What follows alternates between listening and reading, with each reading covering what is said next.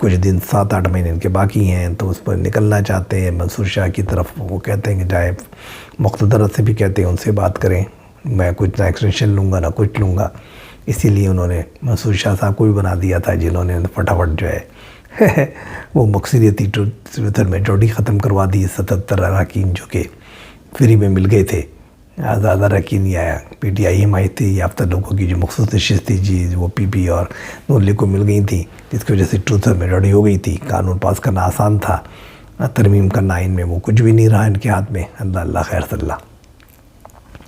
حالات سنگین ہیں, میں تفصیل اپنے پچھلے ولاگ میں پہ کھل کے بات کر چکا ہوں آلریڈی. انشاءاللہ پھر بات کریں گے. اب دوسری باتوں کی طرف چلتے ہیں اور وہ عمران خان سے ریلیٹ ہے. سب سے پہلے بشہ بی بی, جی ہاں وہ آج اڈیالہ جیل کے اندر 190 پاؤنڈ والے کیس کی جو ہے وہ ہیئرنگ تھی. اس کے اندر عمران خان صاحب بھی آئے, بشہ بی بی آئیں, لیکن بشہ بھی اور ان کے جو فیملی کے لوگ یعنی عمران خان کی بہنیں وغیرہ سب بیٹھے ہوئے تھے. ایک فیملی ایک کونا ہوتا فیملی کارنر کی طرف, لیکن بشہ بی بی وہاں بیٹھے کی بجائے بالکل الگ تھلگ جا کے دوسری کونے پہ بیٹھ گئیں. اور اس کے بعد انہوں نے جب ہیئرنگ شروع ہونے لگی تو انہوں نے کھڑے ہو گئی بڑے غصے میں اور اس پہ عدم اعتماد کا اظہار کر دیا جج صاحب پہ. ان سے کہا کہ مجھے قطعی آپ پہ اعتماد نہیں ہے اور یہ ہے, میں چاہتی ہوں کہ جج بدلا جائے, میرے ساتھ انصاف نہیں ہو رہا, میرے ساتھ ظلم کیا جا رہا ہے. ایک عجیب ہنگامہ مچ گیا. عمران خان صاحب اٹھ کے گئے, کئی دفعہ سمجھانے کی کوشش کی, بہرحال ان کے وکلا بھی آئے, ان کو سمجھایا. 1.5 گھنٹے تک وکلا کی ان کی میٹنگ چلی اور فائنلی پھر ان کو اس بات پہ رام کر لیا گیا کہ نہیں بھائی ٹھیک ہے, عدم اعتماد آپ نہ کریں. تو یو ٹرن لیا انہوں نے بشہ بی بی نے. پھر انہوں نے ان کے اپنے وکلا کے ذریعے وہ دیا بیان کہ ٹھیک ہے میں عدم اعتماد آپ پہ نہیں ہے, مجھ پہ آپ پر اعتماد ہے لیکن کچھ کنڈیشنز کے ساتھ. اور کنڈیشنز انہوں نے رکھ دیں 2-3 کہ بھئی ہیئرنگ جو ہے وہ جیسے نیب کی ہوتی ہے کہ دوسری کیسز میں تھی, اس پہ کم از کم وقفہ دیا جائے اور یہ کیا جائے اور 15-20 دن کا وقفہ ہونا چاہیے اور یہ ہونا چاہیے, اور دھڑا دھڑ کیس کو چلایا جا رہا ہے اور جلدی میرے ساتھ وہ ہو رہا ہے اور سب انصاف کے تقاضے پورے نہیں ہو رہے ہیں. تو اور بھی 2-3 کنڈیشن ہی تھیں. بہرحال انہوں نے کہا ٹھیک ہے ہم ان کو مان لیتے ہیں, آج ہیئرنگ نہیں ہوتی, اب ہم ہیئرنگ جو ہے آپ کی 22 تاریخ کو ہوگی.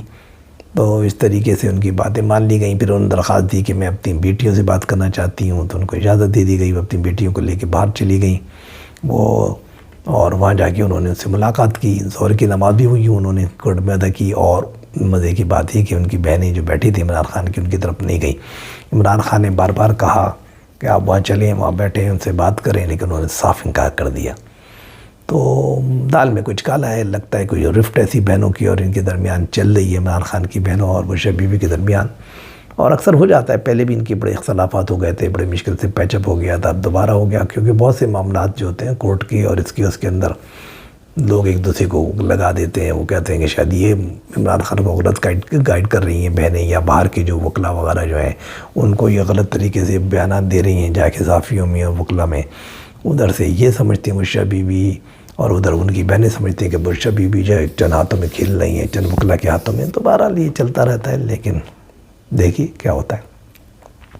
اور اس کے بعد پھر عمران خان صاحب کی بات کر لیتے ہیں. عمران خان صاحب آئے ایز یوزول اور انہوں نے کہا صحافیوں سے بات چیت کی, بہت کٹیلے سوالات ان سے کیے گئے.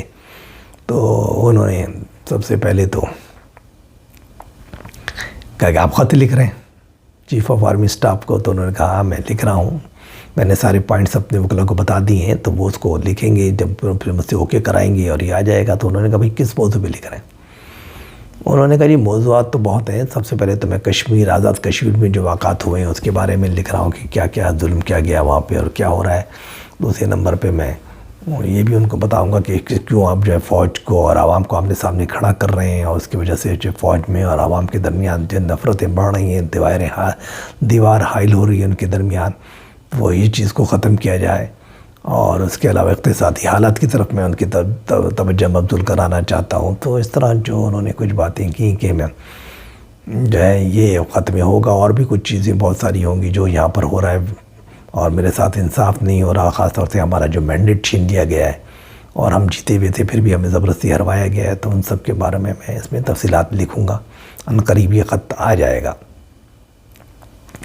دوسرے نمبر پہ جناب انہوں نے اس بات پہ بھی بڑا غصے کا اظہار کیا کہ فیصل کریم کنڈی صاحب جو کہ گورنر بنائے گئے ہیں صوبہ سرحد کے پی کے وہ جو ہے بدتمیزی کر رہے ہیں، وہ غنڈہ گردی کر رہے ہیں، اور وہ جو ہے نا گنڈا پور کے ساتھ جو ہے ذاتی ان کی ذات پہ حملے کر رہے ہیں، اور ذاتی حملے کر رہے ہیں، اور ذاتی حملے برداشت نہیں کیے جائیں گے۔ اور یہ ہے تو کافی جو ہے گنڈا پور صاحب کی حمایت میں بولے۔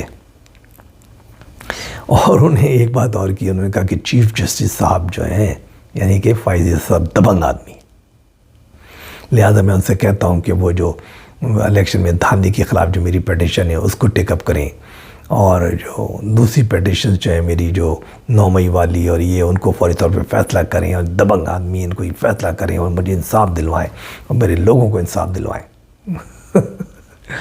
یہ بھائی دبنگ آدمی کو تو تم نے چور ڈاکو کہہ کے اپنی حکومت میں نکلوا رہے تھے، آپ نے تو ان کے خلاف ریفرنس دائر کروایا تھا ان کے کہنے پہ فیض حمید کے، اور وہ اس کے اندر پیش تھے آپ کے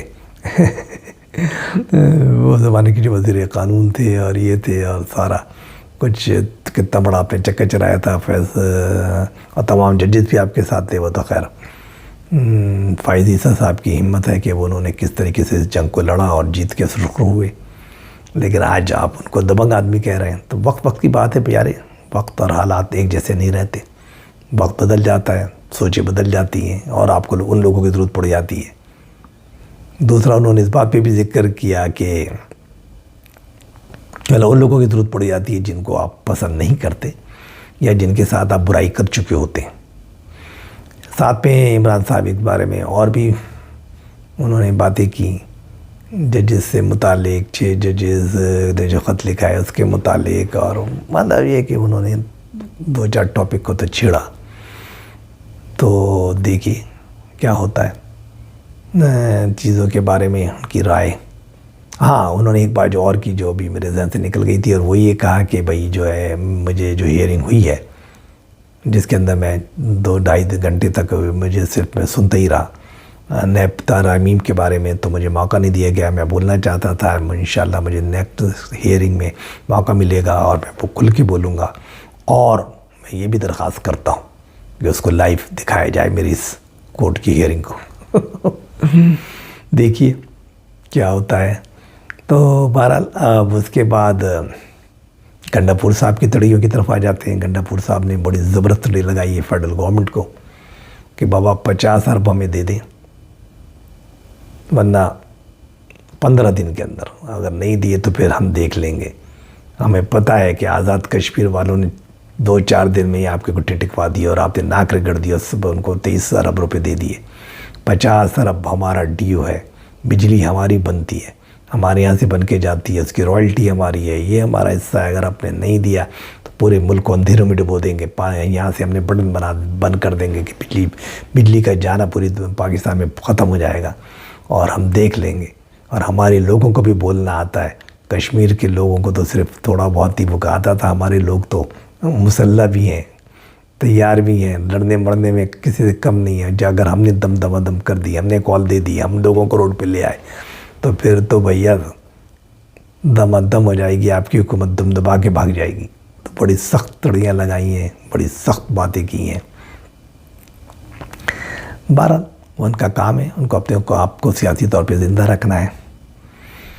ایک اہم پیش رفت اور ہوئی ہے، اور وہ پیش رفت یہ ہوئی ہے کہ شبلی فراز صاحب جو ہے نا، جو کہتے ہیں کہ میں لیفٹیننٹ مارشل ہوں، ان کا فیلڈ مارشل ہوں، بلکہ اپنے عمران خان صاحب کا، ان کے آنے کے بعد بہت ہی زیادہ گروپنگ ہو گئی تھی پارٹی کے اندر، جس کے اندر مروت صاحب اٹیک ہوئے، شاندانہ گلزار صاحبہ جو ہے ان کے خلاف بہت بڑی کارروائی شروع ہوئی، اور بھی لوگوں کے خلاف جو دم شہریار آفریدی کے خلاف، اور یہ تو جنہوں نے اپنا کھیل کھیلنا شروع کر دیا۔ تو عمران خان صاحب سے ملے، سواتی صاحب کو ساتھ لے گئے تھے، اعظم سواتی ساتھ تھے، انہوں نے اعظم سواتی نے کہا کہ نہیں یہ بالکل صحیح کر رہے ہیں شبلی فراز صاحب، اور شبلی فراز نے بھی اپنی داستان بیان کی کہ میں تو بالکل صحیح کر رہا ہوں، یہ لوگ خواہ مخواہ آپ کے کان بھر رہے ہیں میرے خلاف جو مخالف گروپ ہے۔ تو عمران خان صاحب نے ان سے کہا کہ بھیا مجھے سب پتہ ہے، تم بھی اپنے حدود میں رہو شبلی صاحب، بہت زیادہ بڑھنے کی ضرورت نہیں، کام سے کام رکھو، پارٹی معاملات میں خود دیکھوں گا۔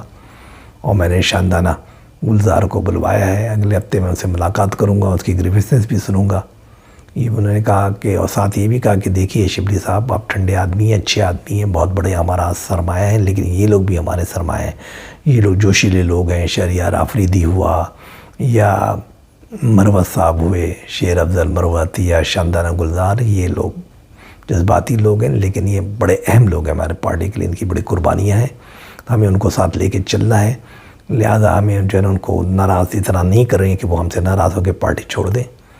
تو دیکھیے